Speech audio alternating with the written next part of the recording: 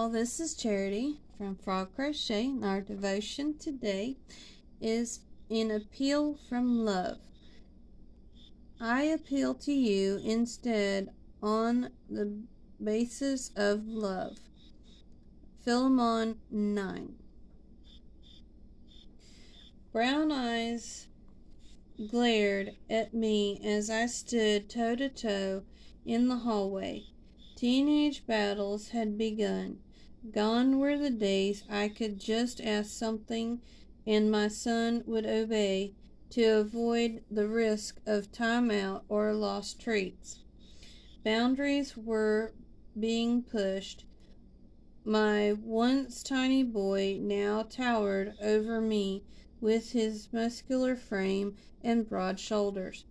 In a kind but firm voice I said, "Bud, we can fight this battle.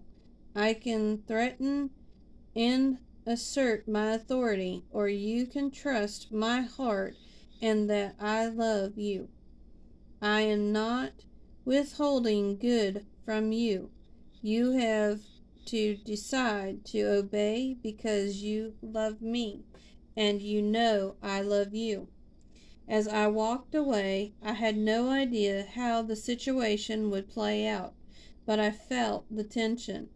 Paul must have felt a similar tension as he wrote to Philemon. Sure, Paul could assert his authority, but obedience birthed from love matters so much more than an obedience from obligation. I imagine God feels the same way about us. Obedience is necessary regardless of our feelings or desires. But as we grow in our faith and intimacy with God, we learn to trust His heart and we begin to obey from a place of love, not fear. The same message is true from you and me today. We must choose to obey the Lord from our own fear or from our own free will. Sometimes that means obeying God's way regardless of how we feel or what we understand. It means obeying Him when there is a challenge or a cost involved. It includes obeying God when others around us are not. I am certain God savors our obedience when it is done out of love instead of mere obligation, and that obedience to God based on love for Him is what a watching world needs to see. Father, thank you for your love toward me. Help me obey you out of love. And for deeper walk, read Philemon. The other devotion is When We Feel Forgotten. How long, Lord, will you forget me forever?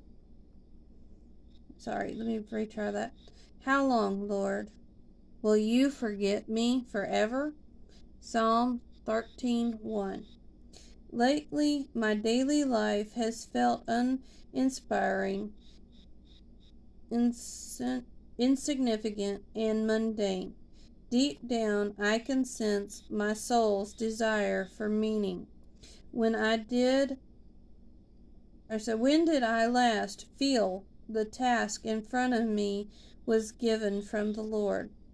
Decades of increasing spiritual activity, mission trips, leading worship, Bible studies, serving on church staff, and as missionaries gave me a sense that my tasks were custom fitted and full with internal meaning.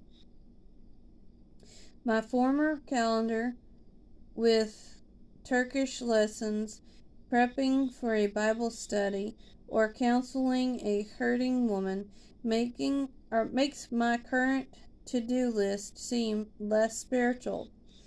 Put the roast in the oven, buy tennis shoes for my 17-year-old, or sign up to feed the youth group next month. I can start to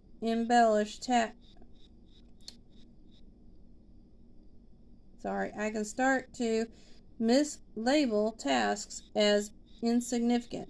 Does God only use those people who do more exciting, visible ministries? Has God forgotten me? King David had a similar change in his life. After early days full of risk, adventure, work, worship, and call by the Lord, his latter years included interpersonal drama, temptation, repetitive decision making, betrayal, family difficulties, aging, and repercussions from sin. When life changes, changes happen and we face brokenness, we can feel like we've lost the specialness of the old days. But after acknowledging that feeling of being forgotten, the psalmist ended by rejoicing. I will sing to the Lord because he has treated me generously. Psalm 13:6. I need to actively remember that God is gracious in his treatment of me, even when circumstances and situations in my life don't change. Knowing he is generous can help me embrace each responsibility given me from the Lord. Lord, help me to be devoted to the work you've laid out for me to do. And for deeper walk, Psalm 16:5-6. Alrighty, that is our devotion today. Y'all have a wonderful and blessed day. Bye, y'all.